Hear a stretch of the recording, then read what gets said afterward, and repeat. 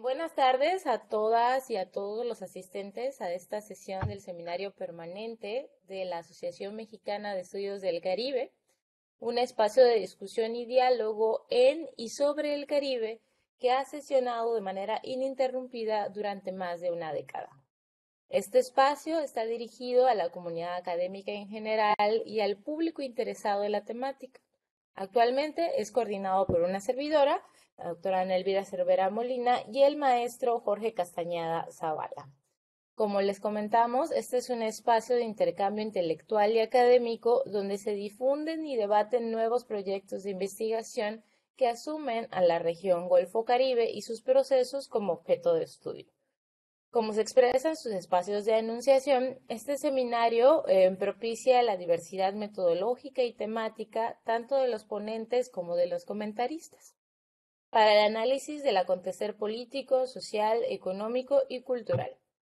Estas actividades nutren al Congreso Internacional de la Asociación y contribuyen también a los procesos de relación entre las instituciones.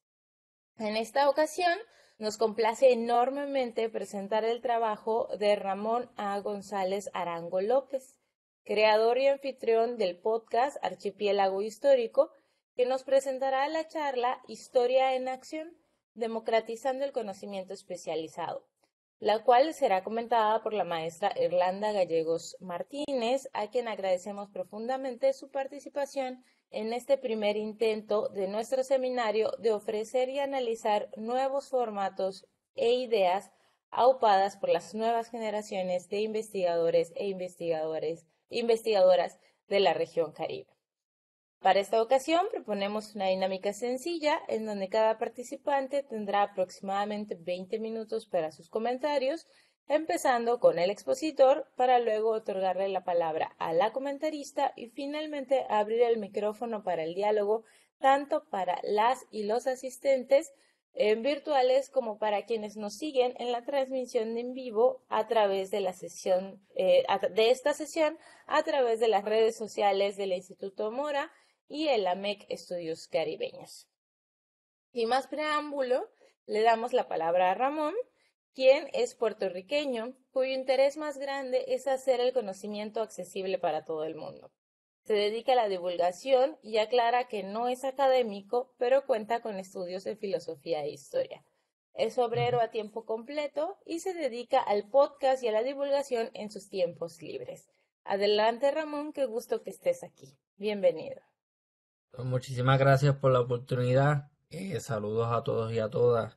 Básicamente, cuando me extendieron la oportunidad de participar en este foro, inmediatamente dije que sí, porque a mí me interesa establecer contactos en todo el Caribe y Latinoamérica para seguir enriqueciendo el podcast, pero también la discusión en cuanto a la divulgación histórica y cultural de nuestra región.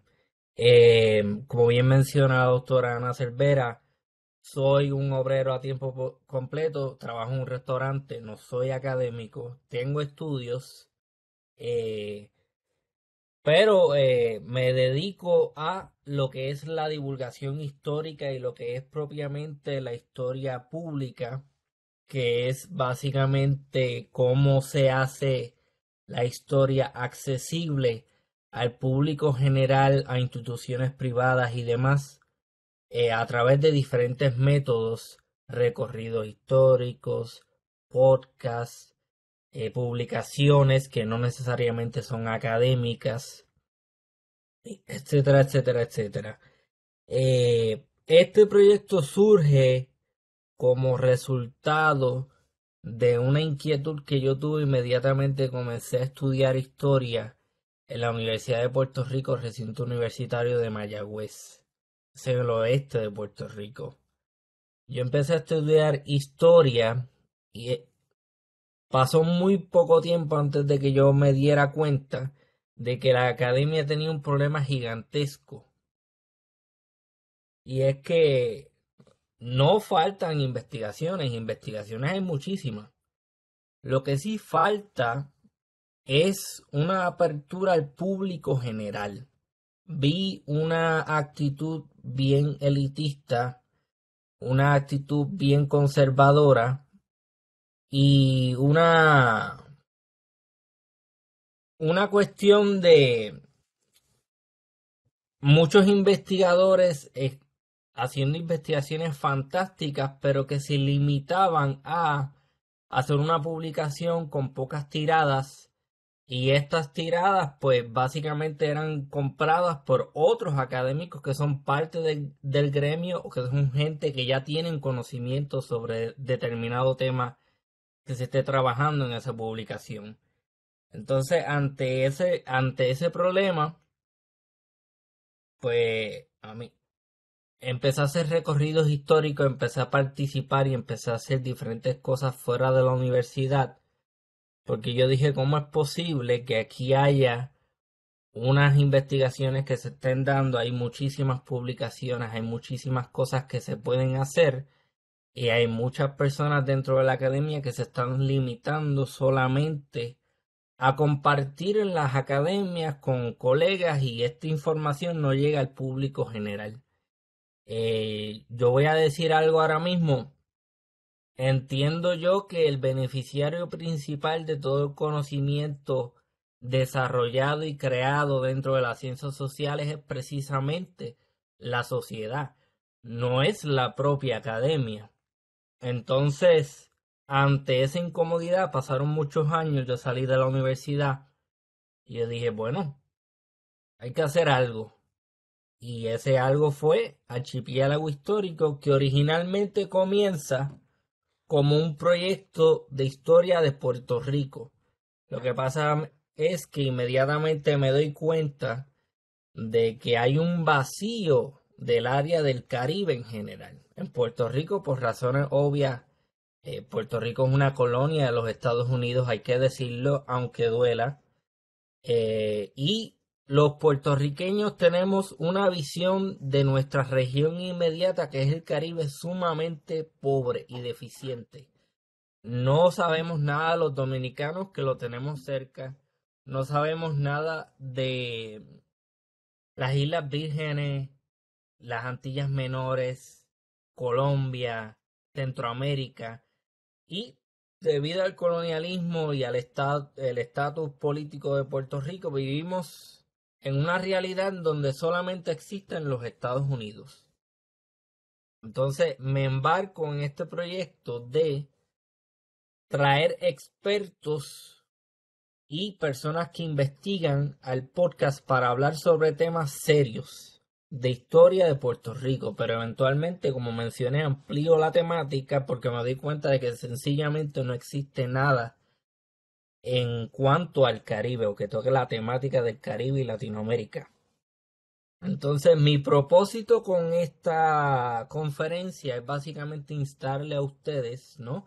Que son las personas que crean conocimiento dentro de las ciencias sociales, a que se motiven a tomar la divulgación y a participar, teniendo en consideración que el beneficiario principal debe ser necesariamente la persona de la masa, del público general, el trabajador, la trabajadora, la persona que trabaja en una escuela, en una fábrica. Esa es la persona a la que este tipo de información le compete más por encima de necesariamente la academia, la universidad, los estudiantes universitarios. Eh, entonces, la importancia de esto, miren, vivimos en un mundo interconectado en donde la saturación es el orden del día. Hay muchísima información, no sabemos necesariamente cómo manejar esa información. Hay mucha gente que cree lo primero que ve. Yo creo que ustedes mismos saben, por ejemplo, en Facebook, cómo diferentes personas comparten un artículo que encuentran por casualidad. Un remedio para la diabetes, y asimismo lo comparten y eso se convierte en una información que mucha gente cree. Pues asimismo pasa con la historia.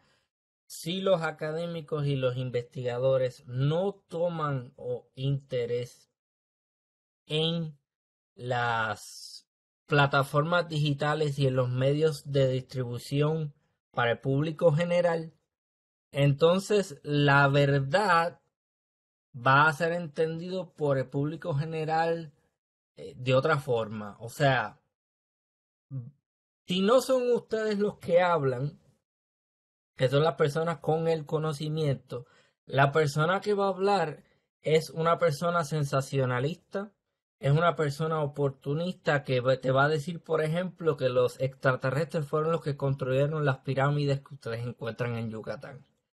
Suena como un ejemplo loco, pero así mismo es. O sea, vivimos en un mundo interconectado en donde la persona que tiene el mayor foro, la mayor presencia, siempre y cuando se exprese de una forma medio elocuente, va a hacer que un montón de gente más compre esa idea y la circulen.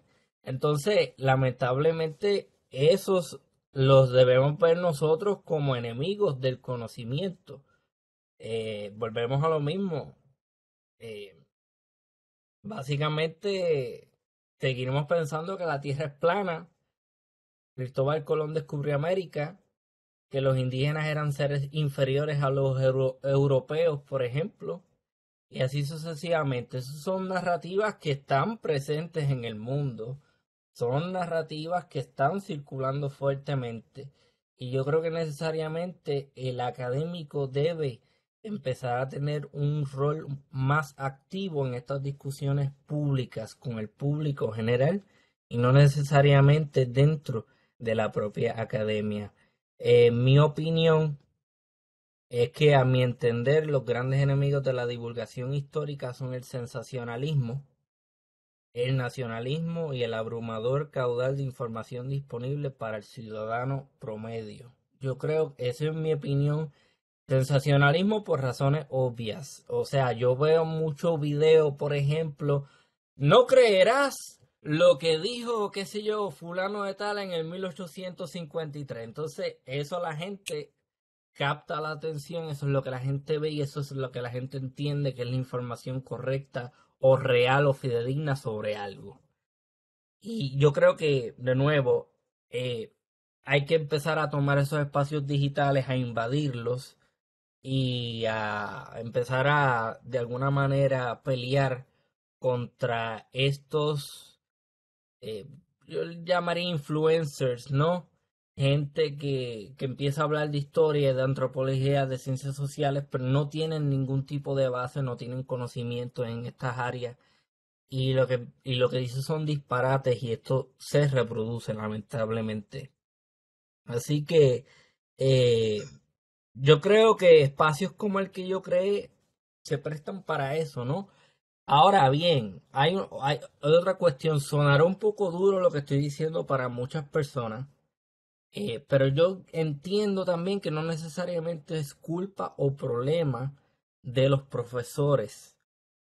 También hay toda una cuestión de cómo la institución empuja.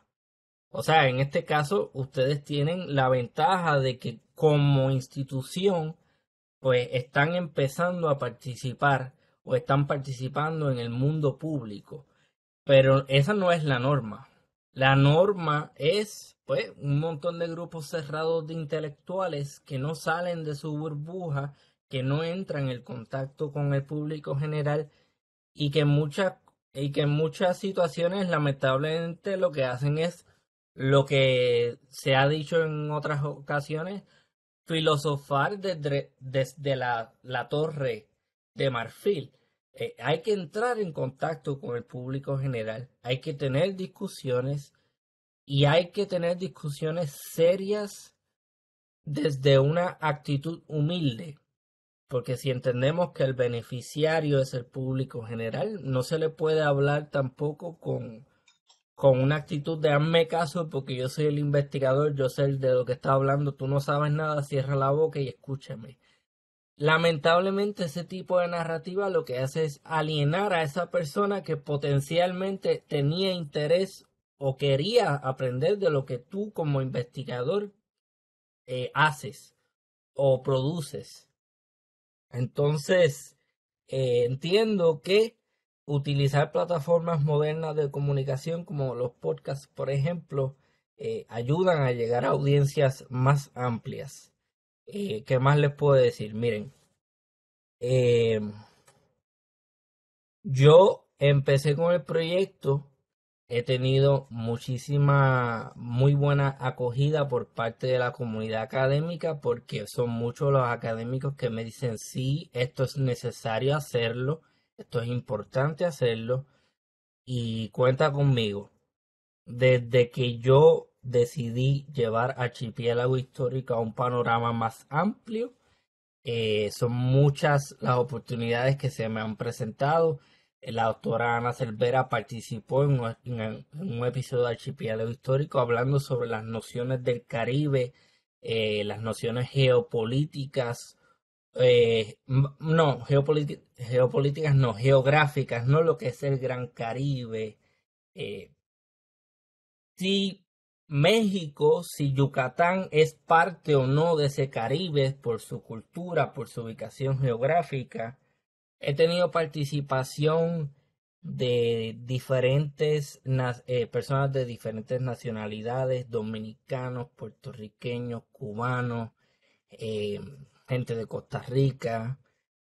Y entonces estoy ahora mismo ampliando esa temática con la intención de llegar a toda Latinoamérica y que el podcast Archipiélago Histórico se convierta en un referente en donde diferentes personas hablen sobre historia del Caribe, de Latinoamérica, promuevan publicaciones científicas, promuevan literatura. Recientemente sacó un episodio junto con la autora guatemalteca Denise Fe Funchal. Ella también es socióloga. Entonces ella sacó un libro fantástico sobre cuentos que se llama Buenas Costumbres. Y para mí es importante que este espacio siga creciendo, pero hay otra cuestión aquí y es el formato de ese espacio. El formato es uno ameno y conversacional. Yo no estoy interesado en una estructura muy rígida de preguntas y respuestas en donde la persona del público general sienta que se está aburriendo.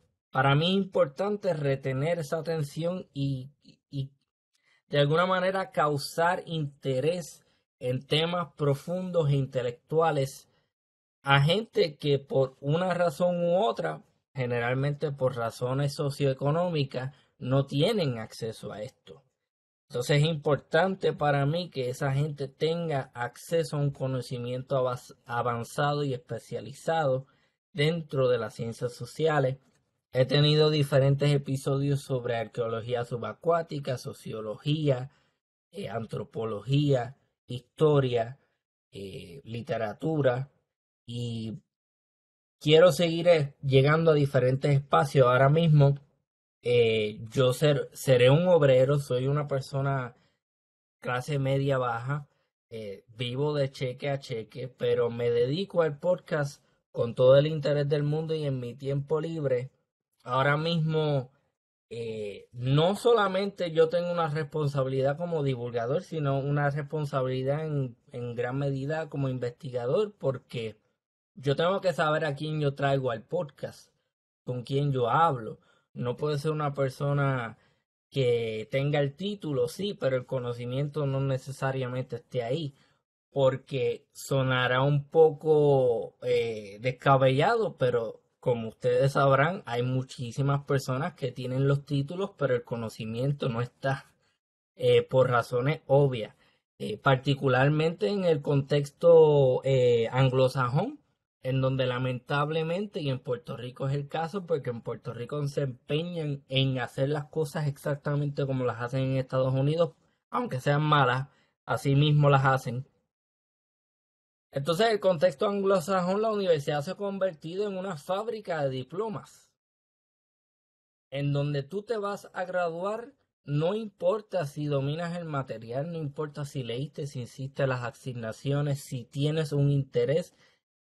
Y lamentablemente eso está sucediendo también. Yo creo que eso quizás podría ser tema para otra conversación, Pero yo como persona que eh, hago este espacio, tengo que saber necesariamente con quién voy a sostener una conversación y leo sus artículos, leo libros que esas personas escribieron. Aquí tengo, por ejemplo, ciertos libros en mi escritorio. Este fue uno de ellos. O sea, que están viendo que yo no me siento, como decimos en Puerto Rico, a lo loco. A hablar con una persona, a disparar de la baqueta, a ver qué sale.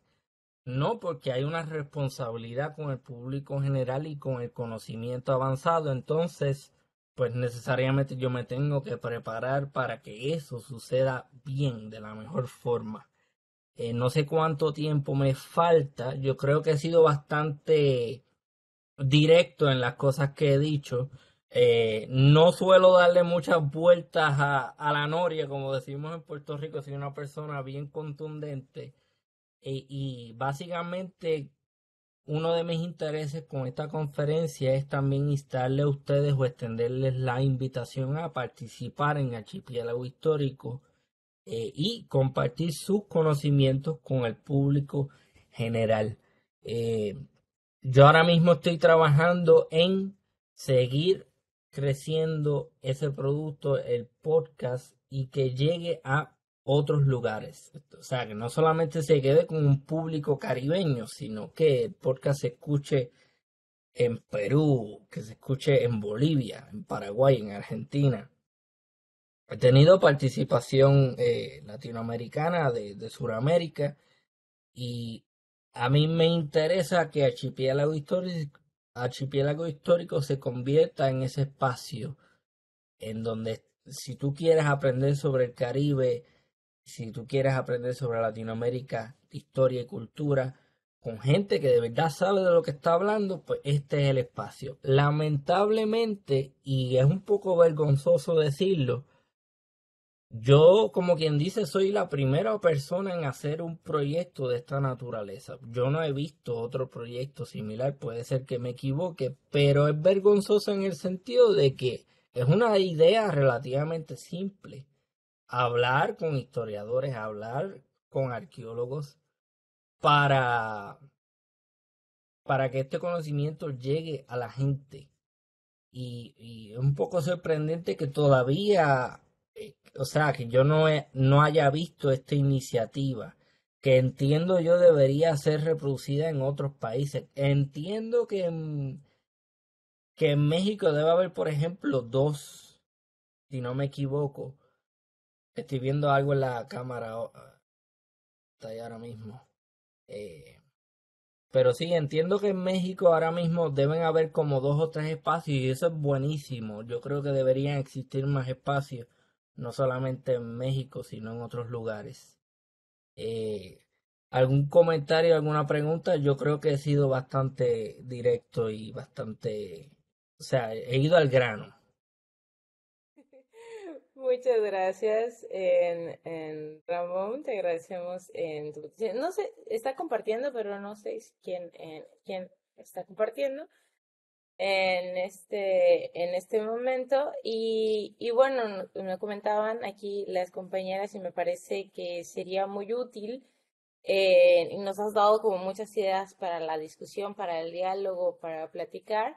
Entonces le vamos a dar la palabra ahora a Irlanda, que ella va a hacer comentarios, y después, si les parece, pues establecemos un diálogo entre todos los participantes sobre estos procesos, porque bueno, creo que hay muchas ideas que podemos, muchos hilos que Ujú. se pueden jalar en para fomentar justamente el diálogo, ¿no? Yo aquí ya estoy apuntando, pero prometo contenerme con el micrófono.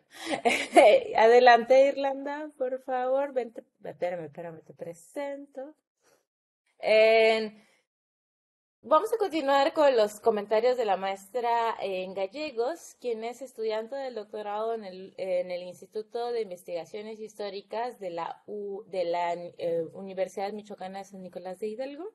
Su tema de investigación versa sobre la migración de chinos al Caribe hispano y actualmente está desarrollando también un podcast de difusión llamado Historia en Rebanada, ¿no? Entonces, Irlanda, te damos la palabra para que nos compartas.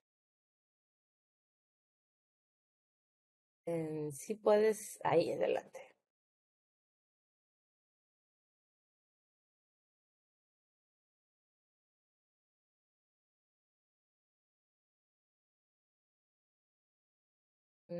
No sé si soy yo, pero creo que no se escucha o soy yo.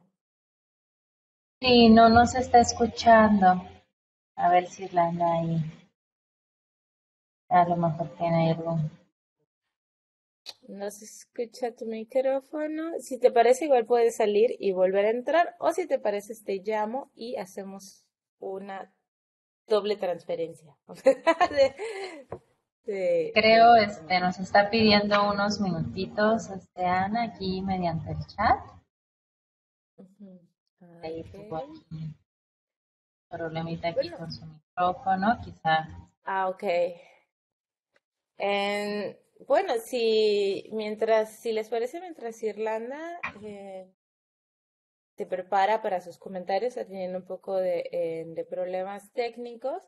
Pues no sé si quieran empezar con el diálogo y luego retomamos la presentación en los comentarios de Irlanda. Yo creo que hay muchos temas que son de interés, ¿no? O sea, uno de ellos creo que es uno de los más interesantes, ¿no? La responsabilidad del investigador y del divulgador, ¿no? O sea, en estas dos funciones como en distintas, la importancia de la democratización de los procesos y de los lenguajes también de la investigación, bueno, varias ideas. Entonces, no sé si quieran empezar por esa parte.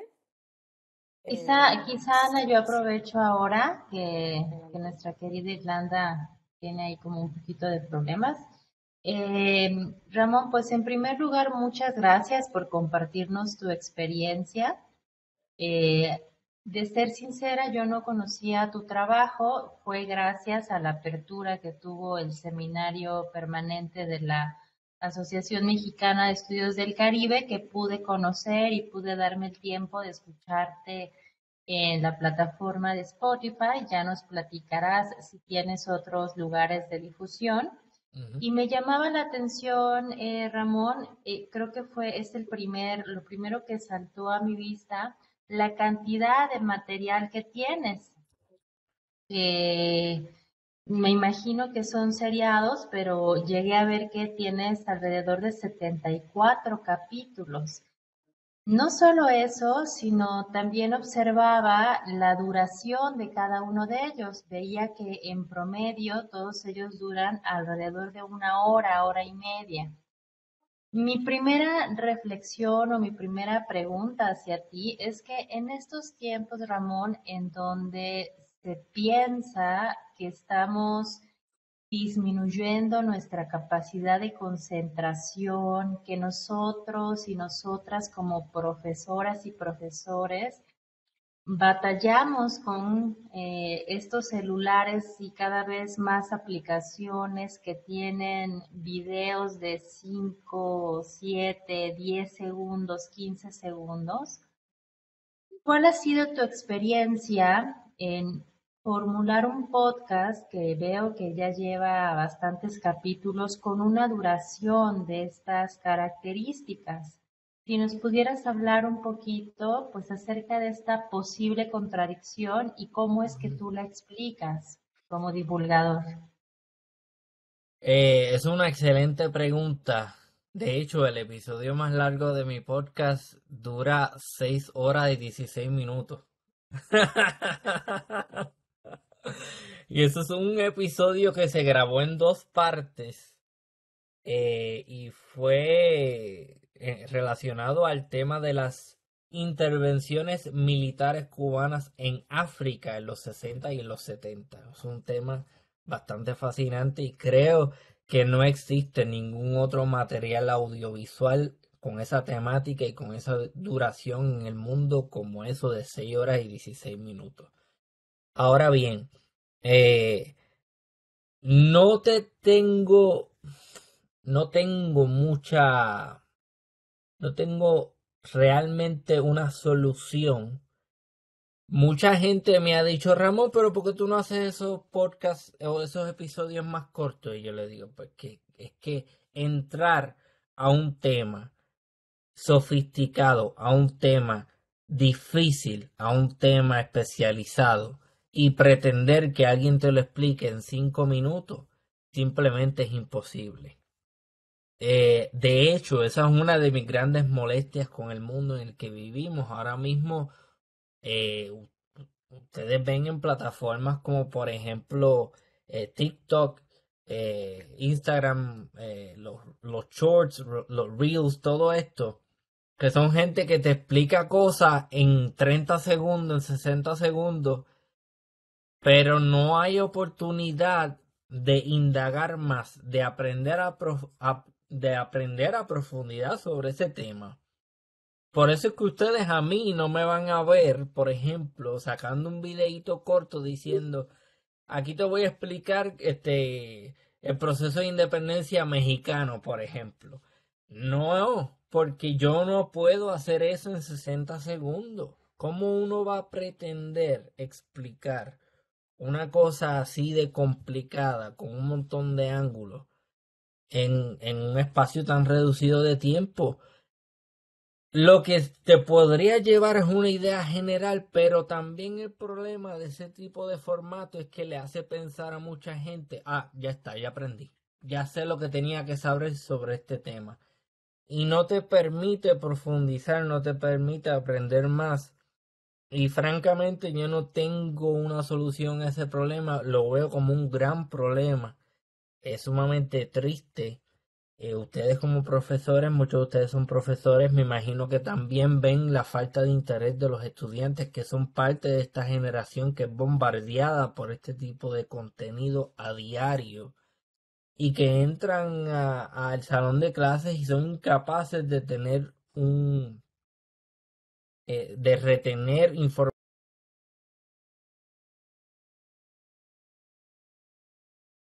Pues mientras Irlanda se Adelante. conecta, podríamos preguntar, ¿verdad?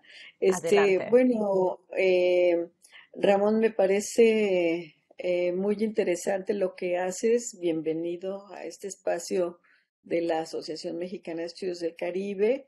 Es un gusto tenerte, sobre todo saber que desde Puerto Rico se está haciendo un trabajo como el que estás realizando. Y a mí me gustaría que nos comentaras rápidamente para que también el público que nos escucha conozca cuáles son más o menos los temas que has ido abordando en estos podcasts, ¿sí? Porque se me hace muy interesante y a lo mejor si pudiéramos ver, aunque sea una parte de alguno, que nos dijeras un poco sobre esto. Gracias. No, muchísimas gracias a usted. Yo realmente no tengo la habilidad de compartir mi pantalla o algo así, pero la contestación es que los temas que se abordan en el podcast son sumamente diversos y yo lo hago así para pues, tener la mayor cantidad de temas, que no siempre sea lo mismo, ¿no? Porque yo lo podría hacer fácilmente sobre historia militar, que es uno de mis intereses personales, pero si yo tengo una misión de ser un divulgador sobre historia y cultura de Latinoamérica y el Caribe, pues necesariamente tengo que ser diverso en las temáticas que elijo para la plataforma.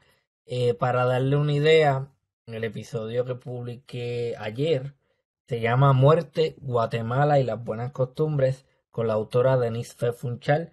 Ese fue el que comenté con la literata guatemalteca. El 73 es Wintuqua, Supervivencia y Cultura. Ese es con el primer arquitecto no, arqueólogo indígena del mundo. Él es colombiano, de la Sierra Nevada de Santa Marta. Nombre de él, vamos a decir, que la gente usa comúnmente fuera de la comunidad, es Diomedes, pero yo, por muchísimas razones, le dije, vamos a utilizar su nombre real, el nombre que le dieron sus padres, y es Duarin Marco, es el nombre que la comunidad le dio. Eh, Número 72, episodio Socialismo cubano desde su inserción hasta la revolución, con el doctor Julio César Guanchi. Él es un politólogo cubano. Excelente recurso, ese episodio fue fantástico. Tengo uno también con un investigador que no tiene un doctorado, pero que es una persona que estudia estos temas a fondo, porque yo también pienso que de vez en cuando hay que darle oportunidad a este tipo de personas, porque no siempre son únicamente las personas con títulos las que tienen la capacidad de aportar a determinado tema. Eh, Tengo uno que se llama Espiritualidad Africana, Poesía, Rebelión y Emancipación con un doctor, Matthew Petway. Él es de Alabama, habla un español perfecto el hombre.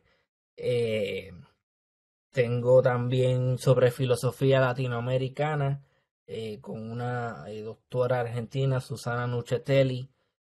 O sea que ya está viendo, hay política, hay historia militar, hay arqueología, hay sociología, piratería y corsarismo del Golfo Caribe con el doctor Rodríguez de la O Torre. Él es un mexicano de Aguascalientes, si no me equivoco. Eh, También tengo un episodio sobre una película que se llama Érase una vez en el Caribe, que salió el año pasado, con su director, y la productora. Vamos a ver.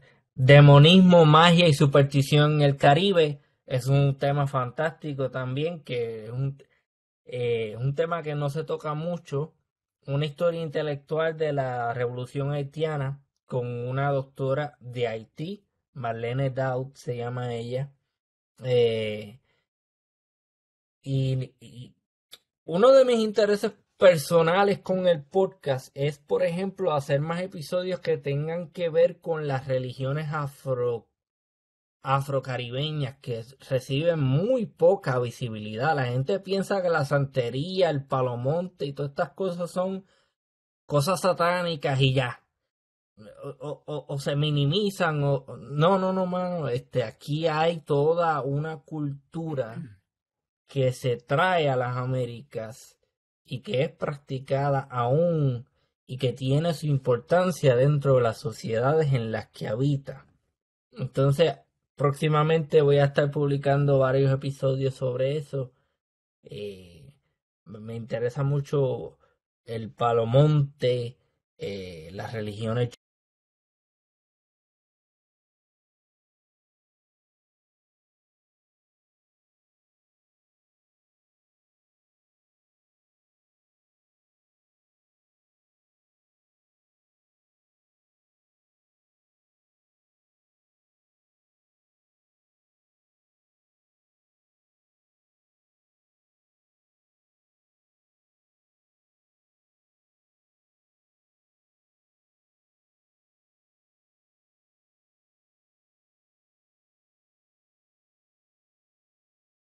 Ahí estoy compartiendo. No sé si se alcance a ver. Ahí está.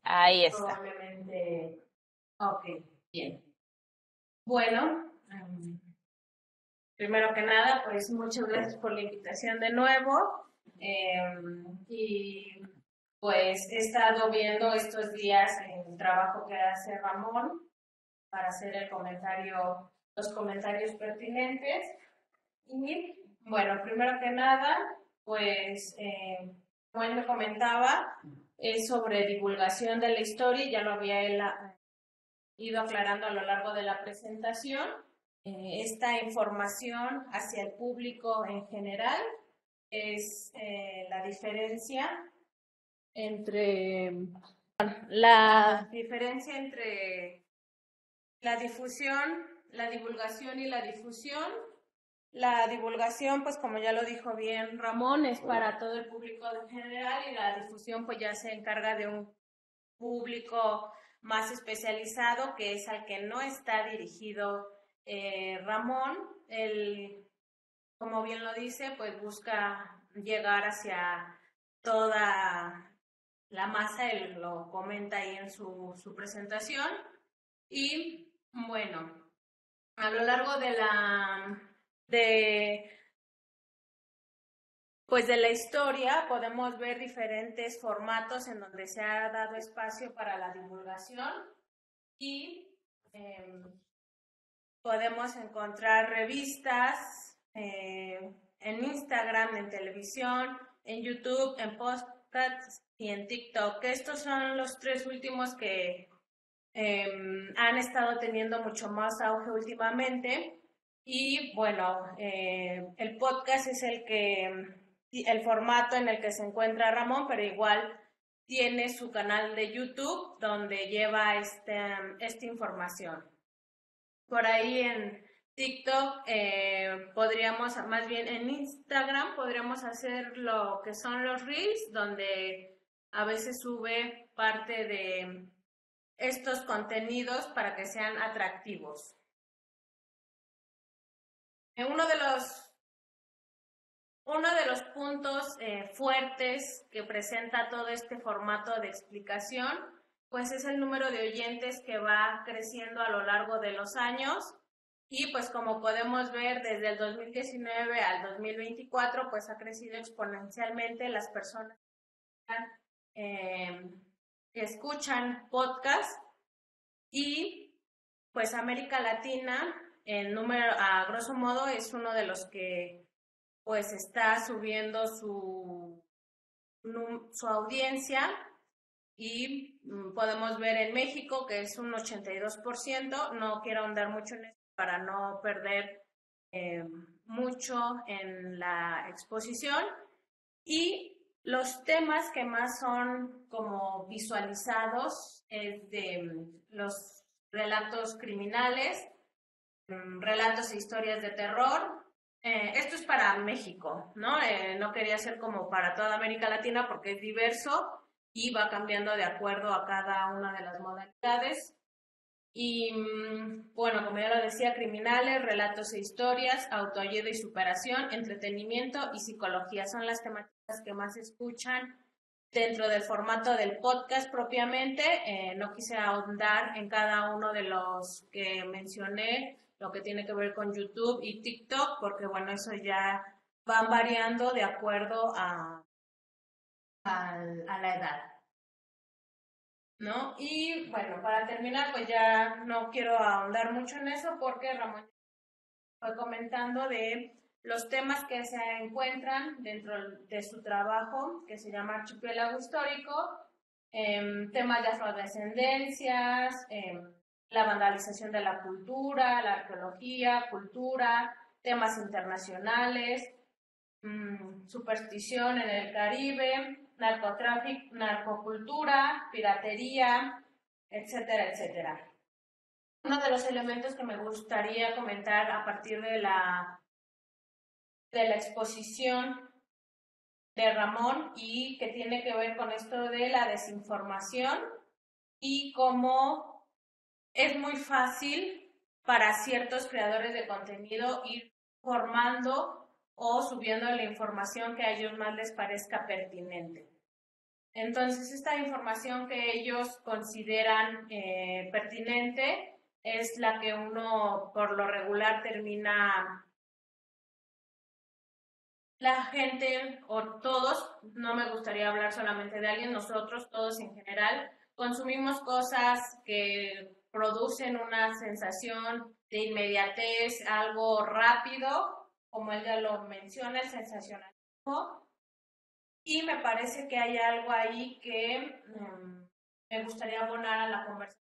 Podcast veo que hay mucha apelación a los sentimientos y cómo es que es más fácil, ¿no?, convencer al otro a partir de una emoción, una forma rápida, ahora le llaman storytelling, ¿no? Pero pues es un cuento lo que nos están ahí desarrollando y es fácil que cualquier público se acerque a él porque no produce esta dificultad para consumirlo, porque a veces uno llega del trabajo o está en el camión y está escuchando, ¿no?, la información sin que eso conlleve a una pausa y un razonamiento, darse a analizar y hacer una crítica más constructiva, sino solamente consumirlo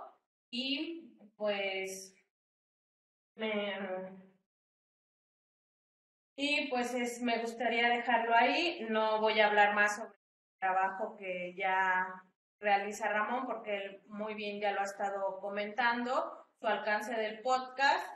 Y uno de los elementos que es importante en todo esto es la fragmentación de la información.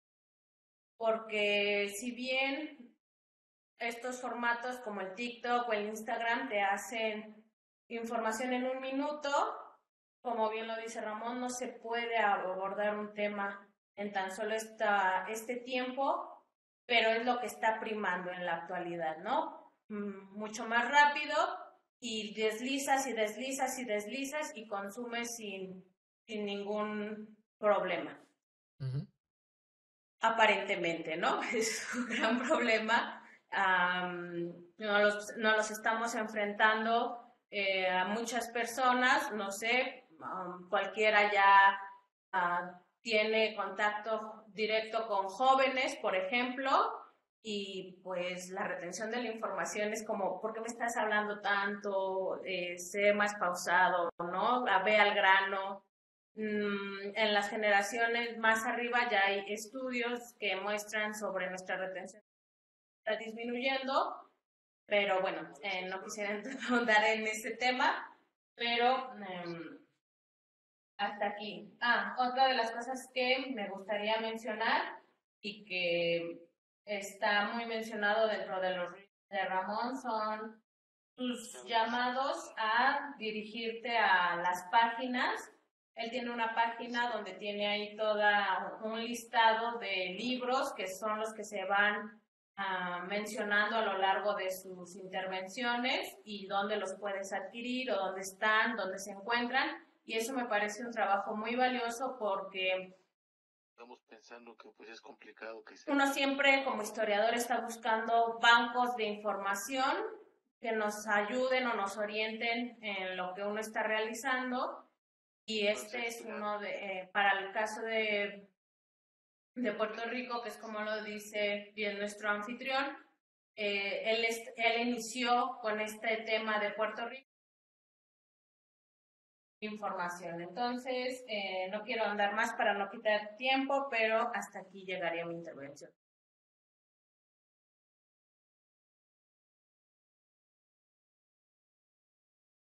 Muchas gracias, Irlanda, por tus comentarios. Creo que viene muy a aterrizar justamente lo que nos había comentado en Ramón. Ya los compañeros, la compañera Maru y Saúl ya habían alzado la mano también para comentar. Maru, adelante, por favor. Gracias, Irlanda. Pues me parece muy interesante esta iniciativa, y para acceder al podcast, no sé si pudieras decirnos cómo hacerlo porque nos interesaría, y, y bueno, pues algunos de los temas que quieras que se desarrollen. A lo mejor te podemos recomendar a alguno de los investigadores aquí en México. En fin, esa sería mi pregunta, y bueno, me parece muy loable esta iniciativa y creo que va a tener mucho éxito. Gracias. Muchísimas gracias por eso. Para contestar la pregunta, yo creo que el mejor lugar sería archipiélagohistórico.com. Fue una página que mi esposa estuvo construyendo por varias semanas porque ella es más despierta que yo para ese tipo de cosas. Pero en archipiélagohistórico.com vas a tener un listado de los episodios en diferentes formatos. Se puede escuchar solamente el audio, se puede ver el video. También hay imágenes adicionales. Y también hay una sección de recursos, una sección en donde encuentran los libros asociados a los episodios. Así que archipiélagohistórico.com sería el lugar en donde podrías encontrar todo eso, aparte de las diferentes plataformas de podcast, pero ya eso sería una cuestión de preferencia personal para la persona que desee escucharlo. Y también está disponible en YouTube en formato de video. Lo otro, ¿cuál fue la otra pregunta? Que me fui por el... No, no fue pregunta, sino, bueno, pues algún tema que quieras que se desarrolle y que la Asociación del Caribe pueda recomendarte a alguien, creo que sería también interesante para ti. A priori yo tengo interés en todo lo que tenga que ver con el Caribe. Y particularmente me llamó mucho la atención el trabajo que está haciendo eh, Irlanda Gallegos, ¿no? Sí. Sí, me llamó muchísimo la atención porque he estado desde hace un tiempo buscando a alguien que hable sobre las inmigraciones asiáticas, particularmente China, hacia Latinoamérica. O sea que es un trabajo que potencialmente me interesaría que se divulgue, ¿no? Que se comparta con el público general también. Sí. Pero estoy abierto a todo, definitivamente. Bueno, gracias. Gracias, Maru. La asociación tiene pues una larga lista de miembros con Mm. trabajos muy, muy interesantes, que te invitamos también a que revises la página de la asociación para que veas justamente pues los trabajos que también otros y otras investigadoras están realizando. Saúl, adelante. Hola, Irlanda, ya te pudimos ver.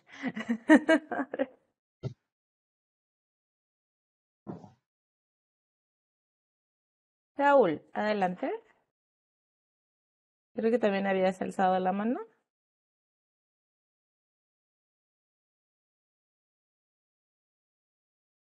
No sé si nos escucha Saúl, pero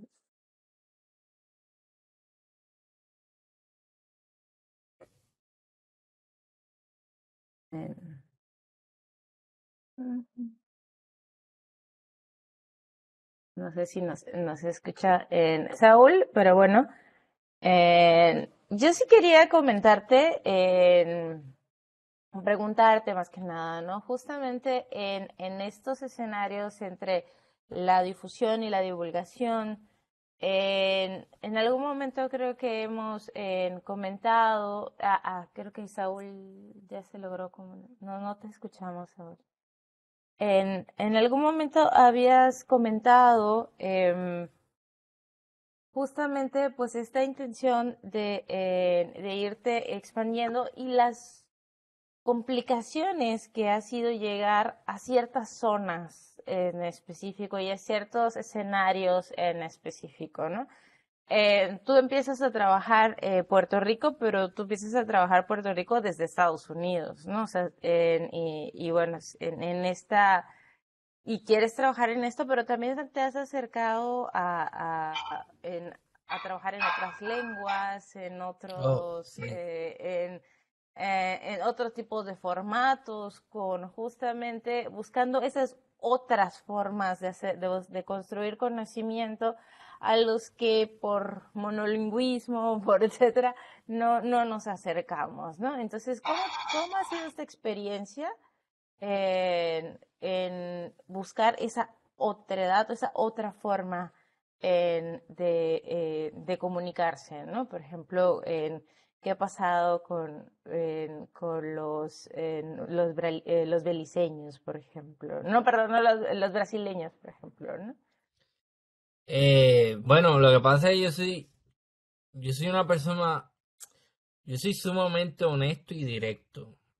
¿Sí? Y esa honestidad no solamente la expreso con otros, sino conmigo mismo.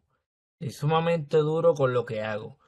Y desde el principio yo dije, bueno, si yo deseo ampliar la temática de este proyecto para uno latinoamericano y no incluyo perspectivas brasileñas, por ejemplo, que son, qué sé yo, 8 millones de brasileños, una parte importantísima de Latinoamérica, entonces, ¿qué diablos yo estoy haciendo? Porque así es como yo me hablo a mí mismo, pues yo quiero hacer algo bien hecho.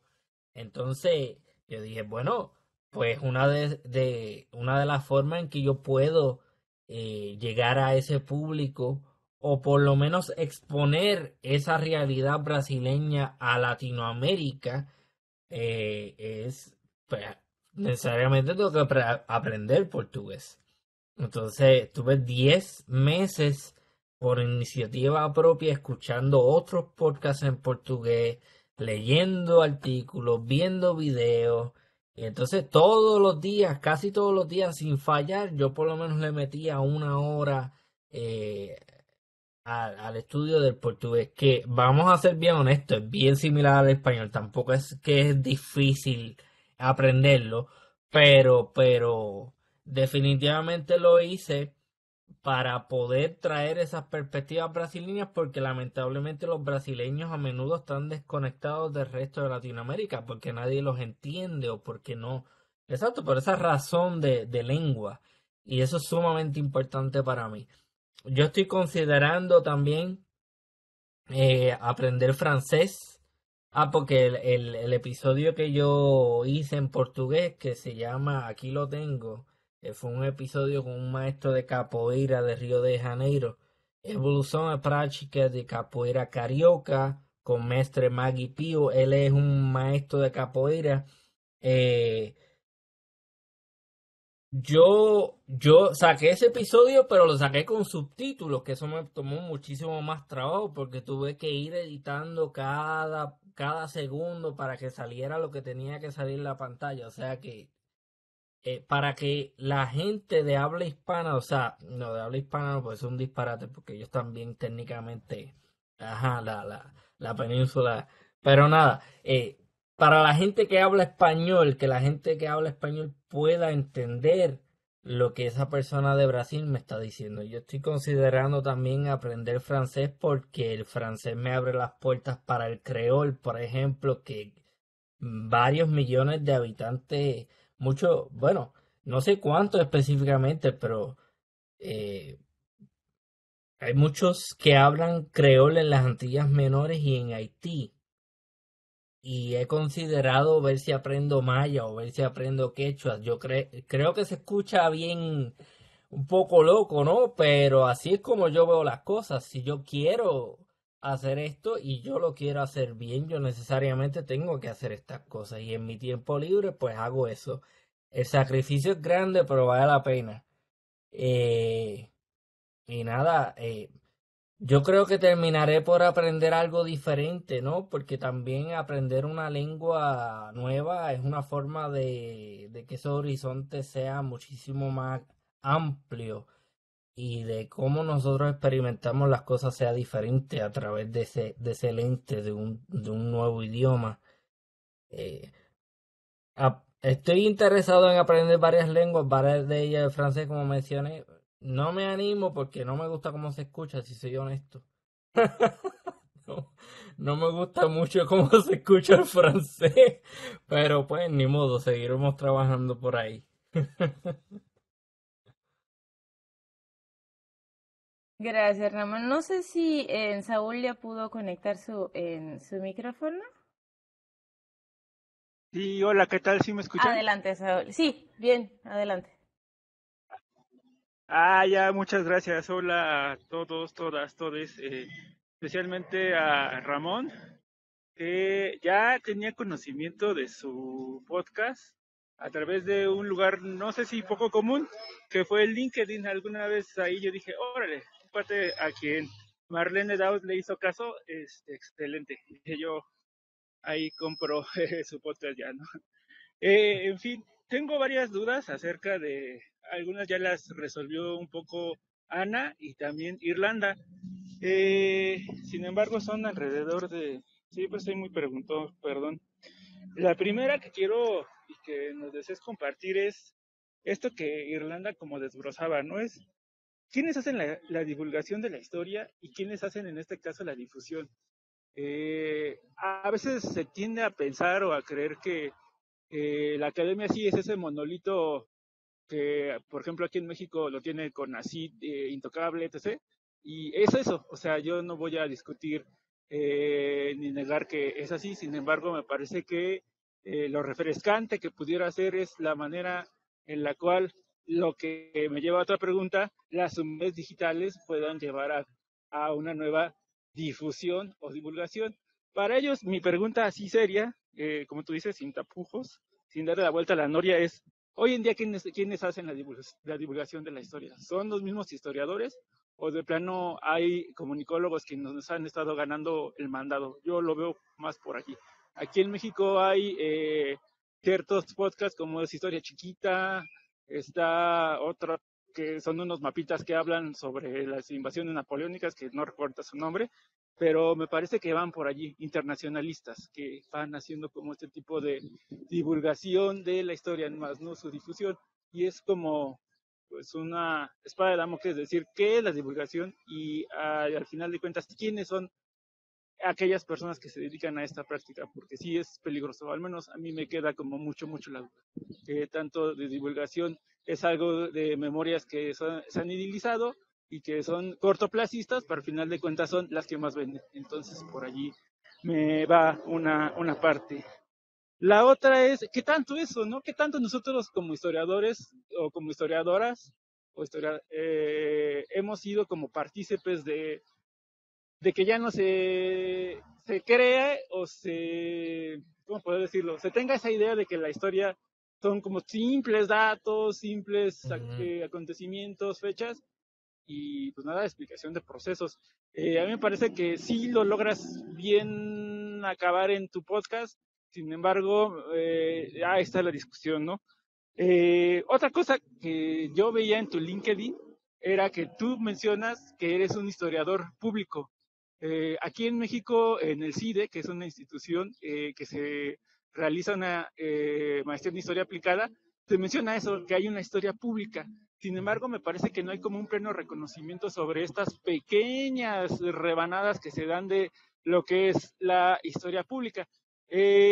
Aquí, te podría decir, en México se dan como muchísimos casos de, inclusive revistas de historia, que empiezan a hacer como este tipo de pues de manejo, por así decirlo, de historiográfico de este mismo, y que se aventuran también a estos mismos como acontecimientos, bueno, no acontecimientos, sino como estos mismos procesos de explicación en poco espacio de procesos que como tú mencionas, pues no voy a explicarlo en 6 minutos porque no me va a dar la vida. Sin embargo, en Puerto Rico, mencionas que tú eres como el parteaguas, pero a nivel América Latina, ¿cómo se ha dado más eso? ¿Y cómo defines también esto que tú das en llamar historia pública? Mucho de este debate se da en que se cede la autoridad a las personas.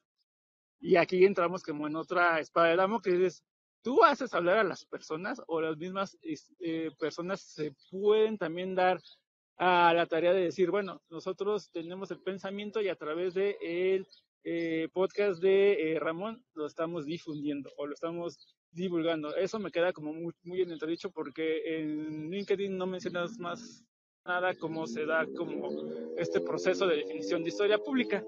Y me queda muchísima duda por qué reduces tanto la vertiente anglosajona a algo que se hace mal. Seguramente conoces a Pedro San Miguel. No conozco su vertiente o su beta como divulgador o como difusionista de la historia o historiografía, pero me parece que por ahí también tenemos a un buen personaje puertorriqueño que habla mucho de República Dominicana, que yo creo que es más dominicano que boricua, pero bueno, por allí tendríamos que abrir esa misma beta. No habría que enemistarnos también con otros tipos de academias, y mira que yo te lo dice el más iracundo ferviente de la historiografía latinoamericanista, pero me parece que los diálogos son siempre apertura. Y ya por último, ¿por qué del nombre de archipiélago histórico? ¿Juegas con un pensamiento archipelágico de Edward Glissant? Más o menos por ahí a mí me da como esa tentación de preguntarte esa parte. Solo por ahí lo dejo. Ok, Un montón. hay mucho. Adelante. Sí, mencionaron un montón de cosas a la misma vez. Bueno, yo puedo decir archipiélago histórico simplemente es una expresión de lo que yo quiero hacer. Originalmente nace como archipiélago histórico porque Puerto Rico es un archipiélago. Puerto Rico no es una isla. Puerto Rico es, pues, está la isla grande de Puerto Rico, está Vieques, está Culebra, y hay un montón de islitas y cayos, mona, monito, desecheo, caja de muertos. Entonces, yo quería también que la gente entendiera exactamente lo que es geográficamente hablando Puerto Rico. Y quería que ese título fuera inclusivo porque en Puerto Rico se comete mucho el error de hablar de Puerto Rico como si solamente fuera la isla grande de Puerto Rico y los habitantes de las islas pequeñas que son municipios de Vieques y Culebra generalmente ni existen. Y esa gente tiene una historia, son parte de nuestra nación puertorriqueña y merecen un espacio en la divulgación.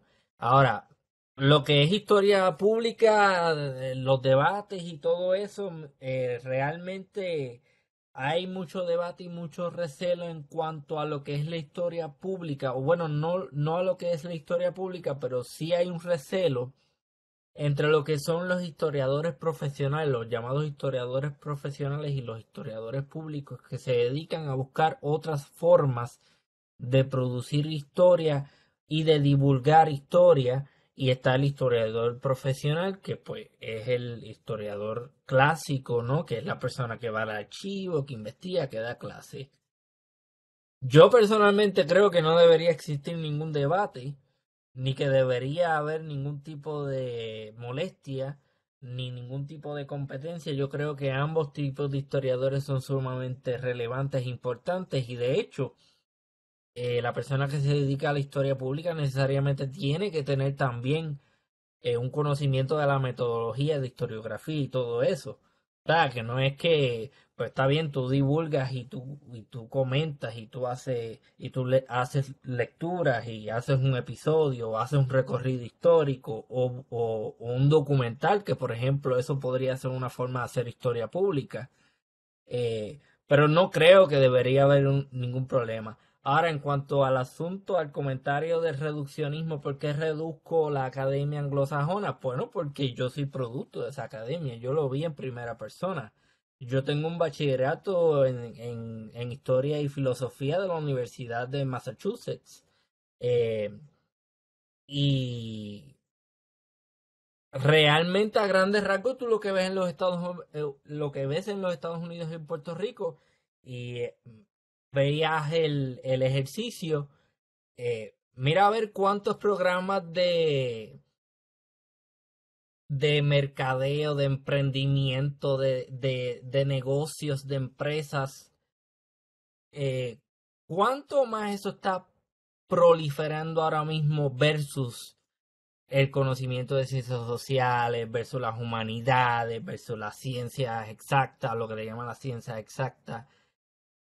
Yo lo veo y yo interactúo con estudiantes universitarios a diario que están en los Estados Unidos, y es un negocio. La universidad anglosajona es un negocio. No estamos necesariamente interesados en el conocimiento, estamos interesados en cobrarle miles y miles de dólares a nuestros estudiantes para que se endeuden, para que estén cogiendo préstamos estudiantiles y estén pagando esos préstamos estudiantiles cuando tienen que 45 o 50 años de edad. ¿Para qué? Mintiéndoles, diciendo, te vamos a dar un diploma para que seas un empleado más en el sector privado. Obviamente hay muchísimo más aquí en juego. Esto es una cuestión de análisis socioeconómico. Yo también utilizo mucho la perspectiva marxista porque creo que es sumamente relevante e importante hoy en día el materialismo histórico, cómo eso crea las condiciones, cómo eso moldea las sociedades, el capitalismo agresivo que se ha infiltrado en las universidades anglosajonas y ha convertido lo que inicialmente se suponía que fuera una institución meramente educativa para convertirlo en una institución que produce empleados asalariados. Eso es todo. Ok, habrán, como digo, excepciones. Habrán grandes académicos como por ejemplo Marlene Daut, que participó en mi podcast. Pero vamos a ser honestos, yo soy producto de ese sistema. Y el sistema está diseñado para que tú pases la clase, para que tú pagues, para que te gradúes, para que obtengas el diploma y después le digas a todo el mundo y pases el título por ahí y digas, a mí los otros días me llegó el diploma y me fue sumamente indiferente. O sea, me pareció sumamente, no me hizo ningún tipo de diferencia porque entiendo que lamentablemente las universidades, por lo menos en el sistema anglosajón, y eso me imagino que también se está viendo en otras partes de Latinoamérica, te ha ido reduciendo lamentablemente a una fábrica de diplomas. Eso es una opinión y yo creo que está bastante bien fundamentada porque yo también, o sea, lo vi, soy producto de eso. Y lamentablemente puedo decir a ustedes que yo he aprendido muchísimo más fuera de la universidad que lo que yo aprendí en la universidad. Porque yo leo, porque yo me educo, porque yo hablo con académicos, porque hay un interés real y porque lamentablemente el sistema condiciona a los estudiantes a que lo importante es sacar A en la clase. Lo importante es pasar la clase. Lo importante es graduarte, no necesariamente aprender. Yo le hago esa pregunta a muchos muchachos que yo he visto. Ok, estás tomando tal clase. ¿Qué me puedes decir? No saben decirte nada. Porque la importancia, el enfoque no está en el aprendizaje, el enfoque está en pasar la clase, en graduarse para tener un diploma, ir a una empresa y conseguir un trabajo y un día te retira y te mueres. O sea, yo sé, es lamentable, pero esa es la realidad y eso es como yo lo veo. No sé qué más me puede decir acerca de eso. Gracias, Ramón. En Irlanda, ¿querías comentar? Creo que también ella quería comentar. Sí, sí, ay, no sé si me vuelvo a escuchar o ya no. No, sí, Este, ya se estabilizó. con respecto a la respecto a la participación de Saúl, que hablaba sobre quién hace la historia, pues me parece que yo, a partir de la pandemia en México, puedo hablar propiamente que he visto mucho más canales de difusión de científicos de esa área, ¿no? Aquí en México es muy famoso Rafa Carvajal, por ejemplo, que es un químico que habla sobre cuestiones químicas, ¿no? Y me parece que ese trabajo es muy valioso porque permite un lenguaje especializado, bajarlo a algo común y tiene un buen alcance, ¿no? Dentro de su comunidad de TikTok o de YouTube o como los tiene desarrollados. Y con respecto a lo que dice Saúl, esto comienza, ¿no? A diversificarse junto con lo que comenta Ramón, no se quede en un solo lugar y me parece también un poco, porque estoy un poquito de este lado, pero no quería entrar mucho en lo que más o menos yo desarrollo, creo que una de las cosas más difíciles es pasar de un lenguaje académico a un lenguaje informal, porque es difícil, porque a veces es pesado para la gente escuchar todas estas palabras y que no son difíciles ya para nosotros porque las dominamos, como por ejemplo historiografía, y pues se quedan así como, pues, ¿qué es eso, no? Y ahí se nota cuando pierdes la conectividad de las personas porque desconectan contigo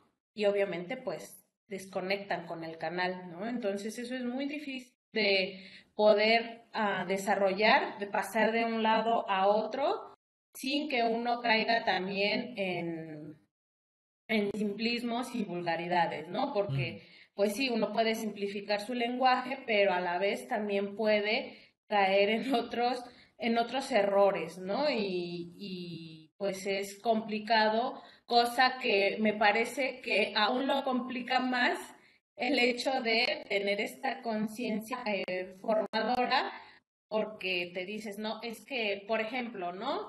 Lo que mencionaba, los podcasts más famosos son de criminales, ¿no? Y hay frases que dicen, y entonces salió con todo el miedo del mundo y, a ver, pero yo no lo sé, ¿no? Yo no sé que salió con todo el miedo, ¿cómo puedo afirmar algo? Y entonces eso es como a veces la barrera que está ahí dentro de la forma en cómo uno hace difusión y pues, no sé, por eso para las otras personas es tan fácil hacer eso porque apelan a los sentimientos, pero pues tú dices, bueno, ¿y tú cómo sabes que estaba feliz, ¿no? Cuando fue al mandado, pues si eso fue hace, no sé, 500 años, 300 años, y tú cómo lo puedes afirmar. Entonces eso, yo creo que ahí está lo complejo de este asunto y por eso, pues yo no podría decir que no, que propiamente hablando como historiadores que nos estén comiendo el mandado, simplemente, porque sí, yo también ya lo había analizado una vez y decía, no, es que como, por ejemplo, vuelvo al ejemplo de México, Chumel Torres, ¿no? Esta persona que hace este sí, es un reportero, puede sentarse a hacer un libro y decirlo y pues nadie lo va a censurar, ¿no? Ni le va a decir que está mal, porque pues al final, pues él solamente se sentó a contar chistes y pues ya creen que así es como se cuenta la historia, ¿no? Entonces es muy complicado, pues, por esta parte, ¿no? Del lenguaje y que uno es consciente de lo que está hablando o no. Entonces, nada más para volver a cerrar, concuerdo completamente con Ramón sobre cómo se van dando estos procesos y cómo uno los va desarrollando. Hasta ahí. Muchas gracias en Irlanda por ese comentario y creo que hay algo bien interesante que también se une a otras preocupaciones que han surgido últimamente en la MEC y una de ellas que llevamos un poco rumiando desde hace algunos seminarios es justamente cómo estamos enseñando, ¿no? O sea, ha habido creo que muchos de los que estamos aquí, de los jóvenes y ya no tan jóvenes y los jóvenes ya veteranos en el proceso, pues tuvimos una escuela de pensamiento, ¿no? O sea, y esta escuela de pensamiento también ha cambiado en el proceso, ¿no? Y en esta forma de cómo estamos enseñando, cómo aprendimos, cómo todo, también está cambiando en estos escenarios.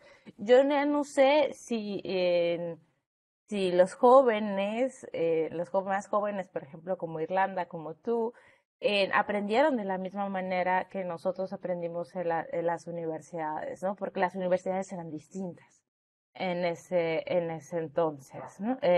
Hoy por hoy, la forma en que se enseña ha cambiado muchísimo en los contenidos, en las formas, en todos estos escenarios y y ha también cambiado la importancia que le damos al conocimiento, ¿no? Al conocimiento especializado.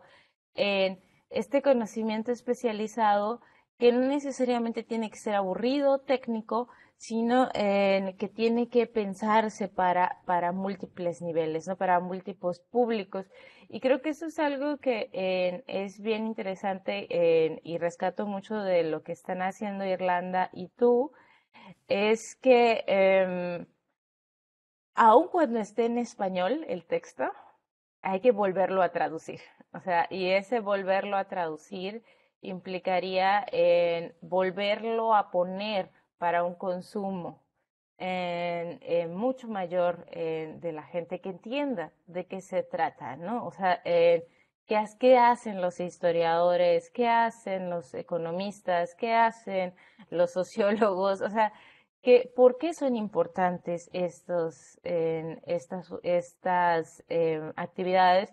Y que no solamente son una materia aburrida de la universidad, o de la escuela, sino que son cosas importantes para la vida, ¿no? También en el proceso, ¿no?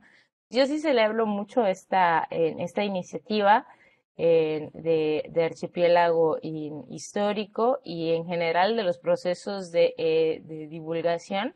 Creo que la difusión es un poquito más fácil en el sentido de que, pues, bueno, no existe tanto este proceso de traducción, sino pues más es dar a conocer, ¿no? En los escenarios, pero la divulgación sí es una chamba muy, muy fuerte que requiere un proceso muy autodidacta, ¿no? Creo que eso es algo que hemos visto en los dos, en que tanto Irlanda como tú, Ramón, pues que han tenido un proceso muy autodidacta en el proceso, y eso me lleva a pensar en cómo estamos haciendo entonces comunidad, porque, bueno, yo hablo y yo hablo con otro, pero le hablo a un otro que me está escuchando, pero cómo me conecto con ese otro que no está necesariamente en la conversación, ¿no?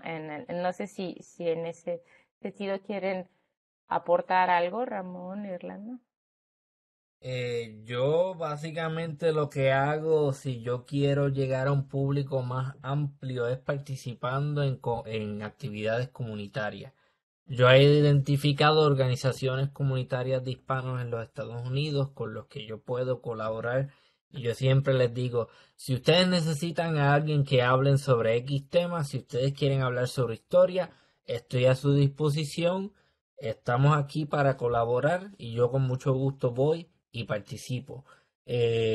Próximamente voy a estar participando en abril en una actividad, todavía se está planificando, espero que se dé, que va a ser una conversación sobre la historia, sobre la genealogía, sobre si la historia, sobre si la historia es realmente eso aburrido que nos han vendido desde siempre o si es algo útil que nosotros debemos aprender.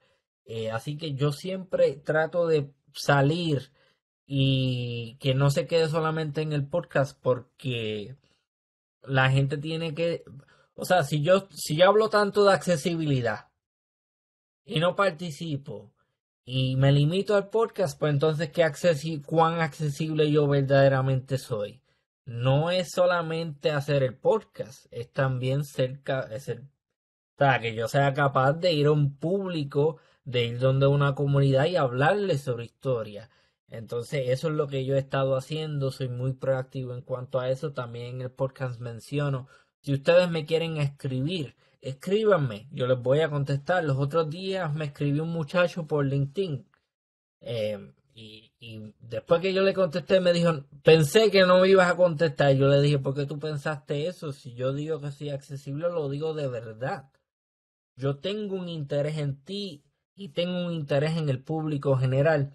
Entonces, sería un hipócrita si tú me escribieras y yo hablo toda esta parsimonia de la accesibilidad y todo lo demás, pero no te contesto. O sea que parte de la forma en que yo hago mi parte, además de hacer el podcast, es buscando participar en comunidades, buscando participar en proyectos educativos y hablando con mucha gente que no necesariamente me van a traer contenido, y lo digo entre paréntesis, entre comillas, porque odio esa palabra. Creo que es un poquito tóxica en este mundo de las informaciones y qué sé yo qué más. Eh, pero yo yo interactúo con la gente que escucha el podcast y yo creo que eso es sumamente importante para crear esa comunidad, para crear interés y para que esta gente siga interesada en estas cosas. O sea, que el tipo que habla de historia no solamente no es aburrido, sino que tú puedes hablar con él y no hay ningún problema. Muchas gracias, Ramón. Jorge, perdón, no había hecho tu mensaje adelante, ya me piqué, ya ves. Quítame el micrófono. No. Pues realmente yo quiero hacer un comentario y una pregunta, pero ahora sí que empiezo al revés. Ya me dices la respuesta de la pregunta. Yo iba a preguntar cómo es la interacción con el público. ¿no? ¿Por qué medios, no? Porque uno puede subir el podcast, puede subir el video en YouTube y luego no existe esa interacción con los receptores, ¿no? En cualquier teoría de la comunicación, el emisor y el receptor siempre son cuestiones que encuentran una barrera a veces infranqueable. Bueno, para terminar esto de esta pregunta, que ya me adelantaste casi todo, nomás te comentaré que es cierto, acá en diferentes lugares, por lo menos en donde yo me he desarrollado y a través de otros compañeros, los proyectos comunitarios son el mejor lugar para la divulgación de las ciencias, ¿no? Escuelas de alfabetización, comunidades sobre problemas específicos, ya sea de alcoholismo, drogadicción, etcétera, y también comunidades de recreación, que se le podría decir en términos generales para la juventud, que es un problema, yo creo, crucial, ¿no? Hoy día, porque bien decía Ana y reafirmaba las diferentes etapas o generaciones de universitarios, nos alejamos luego, como dicen, nos vamos subiendo a la Torre de Marfil y luego no supimos a qué hora nos alejamos del piso, ¿no? Entonces, y las nuevas generaciones, yo lo digo técnicamente por cuestión propia y me atrevo, por lo que tú también has dicho, con mi familia, mis hijos y ahora las nuevas generaciones, ¿no? Viene el nieto, etcétera, y es importante esa interacción en comunidad, ¿no? Y ahora el comentario, porque es por donde iba a empezar, esta cuestión de la divulgación. Acá en México, yo empecé a conocer la divulgación, pero como se le dice, que no me gusta a mí tampoco, de lo de las ciencias exactas, ¿no? Hay una muy bonita revista que ya lleva más de 20 años, que es ¿Cómo ves? Es una revista de la UNAM principalmente sobre ciencias exactas y es un muy buen lugar para aprender a divulgar. Y ellos ya han hecho diferentes avances no tan solo la revista física, que ya se sigue imprimiendo, pero ya tanto podcast como videos y diversas cosas. Entonces, yo creo que lo que tú haces va por ahí y que es más, creo que implica mayor público. Y un dato, y ya con esto voy terminando, un dato relativamente importante, creo, pues yo trabajo en un instituto del gobierno, es el Instituto Mora, Ciencias y Tecnología, donde muy recientemente han puesto como requisito, como obligación, la divulgación de la ciencia, la divulgación de lo que producimos, ¿no? Acá hay un gancho económico que en nuestros institutos, en otro lado le llaman becas, pero acá le llaman estímulos.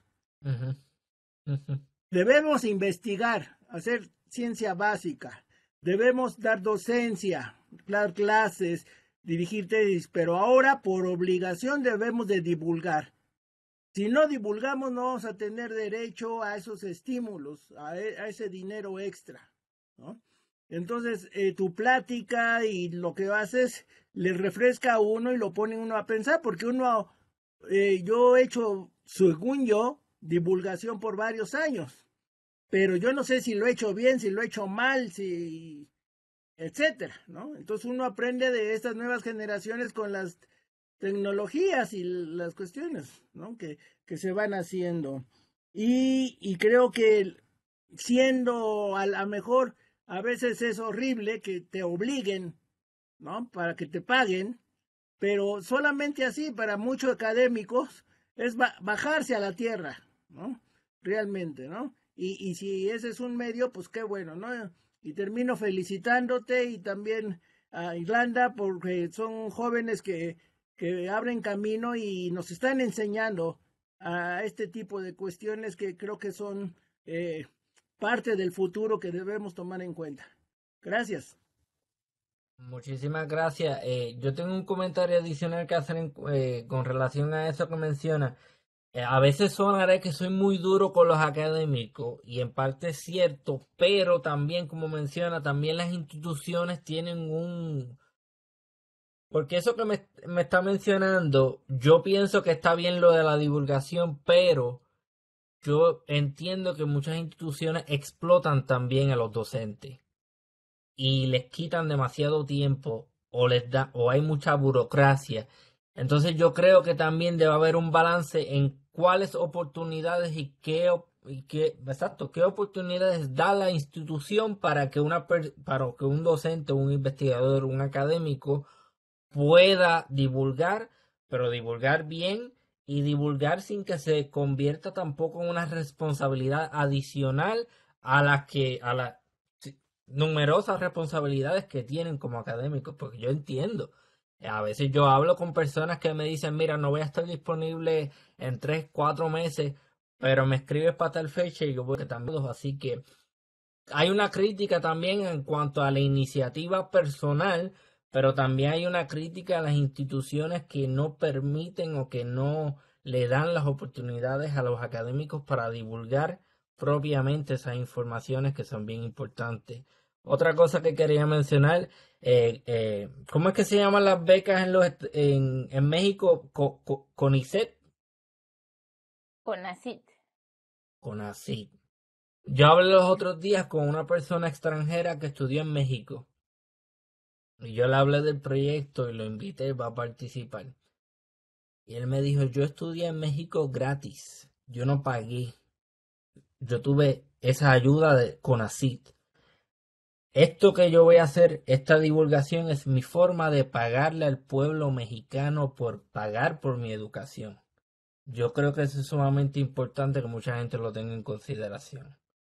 Que no solamente esas personas que estudian con becas, una forma en la que tú le pagas esa deuda al pueblo mexicano es compartiendo ese conocimiento que estás produciendo con las herramientas que obtuviste gracias a ese pueblo mexicano.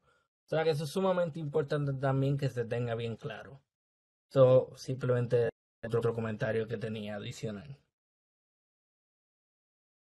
Muchas gracias, Ramón. Y creo que ya estamos entrando como en un tema muy interesante que a la vez que iba como de la mano con lo primero que comentabas, ¿no? Sobre las responsabilidades, ¿no? O sea, que tenemos en estos escenarios. Y hay una división muy fuerte, ¿no? O sea, que separa como esta idea de la historia social o de la divulgación y de todo, de la historia como ciencia, ¿no? O sea, en esta idea de la historia con H mayúscula, ¿no? O sea, o las ciencias sociales con H mayúscula, que tiene que ver también con cómo nos posicionamos, ¿no? Porque bueno, tal vez es mi interpretación, pero lo que tú estás haciendo es un posicionamiento político frente a las ciencias sociales. O sea, y que divulgar ofrece también un punto de posicionamiento político frente a lo que eliges, cómo lo abordas, toda esa serie de decisiones éticas que tienen que ver con la información, pero una información que está atravesada por por esa dimensión. Entonces, en ese sentido, yo creo que no hay divulgación neutral. O sea, en estos escenarios. No solo es divulgar por divulgar. Si hay un posicionamiento, ¿no? Creo que cada podcast es un posicionamiento político. O no sé qué piensas tú al respecto. No, está claro, yo no lo niego tampoco, yo soy bien honesto. Hay un posicionamiento político, hay unas preferencias, sin embargo también establezco oportunidades para personas con diferentes perspectivas porque entiendo que si no hablas con gente que piensa diferente a ti, no se adelante nada tampoco. Así que de vez en cuando, ahora mismo yo he compartido con personas que son sumamente conservadoras y me hablan de que ellos adoran la monarquía española. O sea, eh, todavía a estas alturas tenemos gente que piensa de esa forma, pero eso para mí no quita que la persona que a lo mejor tiene esas preferencias políticas sea capaz de producir un conocimiento válido. Yo soy capaz de no estar de acuerdo contigo en algo, pero eso no significa que yo te voy a poner la X y tú no sirves y lo que tú publicas, lo que tú haces no me sirve y no le sirve a nadie. Porque también entramos en donde si no piensas como yo, te bajo de la plataforma, te quito las oportunidades. Y yo creo que también tenemos que darle las oportunidades a gente que no piensa como nosotros para hablar. Ahora bien, también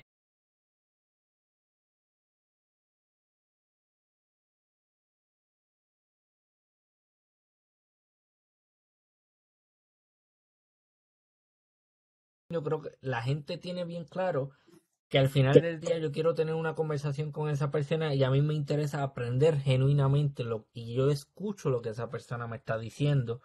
O sea que eso crea una relación de estamos juntos en esta búsqueda de aprendizaje. No es que vienen estos dos a tener una conversación y estos dos son los maestros y no, yo como interlocutor también soy una persona que quiere aprender y que entiendo que la educación no tiene fin, que la educación debe ser una búsqueda constante, sin fin, y también entender eh, eh, precisamente eso que la, o sea, uno tiene que tener la humildad intelectual, que eso es bien importante, a mucha gente le falta eso, humildad intelectual, la humildad de entender que no necesariamente yo sé de lo que estoy hablando, no necesariamente conozco del tema, pero vamos a hablar y vamos a aprender sobre esto. Bueno, eso es sumamente importante, yo creo que se ha perdido mucho. eh, y yo he dicho disparates en el podcast. Claro que sí. He dicho cosas que a lo mejor no tienen sentido o que ahora yo lo escucho y yo, esa idea no estuvo bien desarrollada. Pero yo puedo en el proceso de edición borrarlo, pero yo no lo hago. A pesar de que yo sé después de de la conversación que a lo mejor dije un disparate, yo lo dejo conscientemente, aunque no me vaya a ver tan bien. Porque yo quiero que la gente entienda que Ramón es un tipo normal, es uno más del montón, es un obrero, es una persona que trabaja en un restaurante que quiere aprender, no es esta persona que cree que todo lo sabe, que eso lamentablemente permea mucho y eso es una de las razones por las cuales la gente no se siente atraída al conocimiento especializado ni a la historia, porque muchas veces las personas que imparten este conocimiento o que lo comparten tienen la actitud contraria de cállate la boca, escúchame que yo soy el que sabe lo que está hablando. Y yo creo que también hay que hacer un llamado a a la humildad intelectual y a tratar a las personas con respeto y a tener una línea de está bien, yo tendré la educación, yo tendré qué sé yo, estaré más arriba que tú en la jerarquía económica, pero te voy a tratar con el respeto que te mereces, aunque no estemos necesariamente en el mismo nivel, entre comillas. Eso es sumamente importante. Y nada, archipiélagohistórico.com, pueden conseguir mi correo electrónico, archipiélagohistoricopodcast@gmail. Yo les voy a contestar, porque de nuevo, esto de la accesibilidad no es algo que yo digo por decirlo, es real. Y nada, espero en un futuro estar colaborando con ustedes. Muchísimas gracias, Ramón. Bueno, creo que hay muchísimas cosas más por ahí. O sea, pueden explorar la página. También pueden explorar la página de Historia en Rebanadas de Irlanda, que ya también está trabajando con el podcast y trabajando con estas propuestas. Y cada uno es eso, ¿no? Una propuesta para ir alcanzando nuevos públicos, nuevos en escenarios y que son difíciles de medir, ¿no? O sea, bueno, me quedaba pensando, ¿no? Porque también a veces hacemos estas mediciones de cuánta gente se conecta o cuánta gente escucha o cuánta gente le da play o cuánta gente, o sea, cuántas reproducciones tiene. Pero pues no sé, yo a veces me pongo a pensar en mis propios hábitos y yo pues reproduzco cosas que no veo, escucho cosas que no, a las que no le presté atención. Entonces, ¿qué tan confiables son esos? No lo sabemos, pero nos da un indicador de hacia dónde está yendo la situación. Entonces, no sé si tenemos algún comentario más. Si ya no tenemos ningún comentario más, pues les agradecemos muchísimo a todos, a todas. Creo que fue muy, muy rico esto. Creo que nos abre como la veta de seguir explorando en esa posibilidad. Ya sabes que aquí el AMEC pues es un espacio abierto a escuchar, a difundir, a trabajar. Y que exacto, tal vez no lo sepamos todos, pero estamos dispuestos a aprender en el proceso. Todavía estamos dispuestos a aprender. Entonces, muchas gracias, Ramón, muchas gracias a todos y a todas. Pues, muchísimas gracias.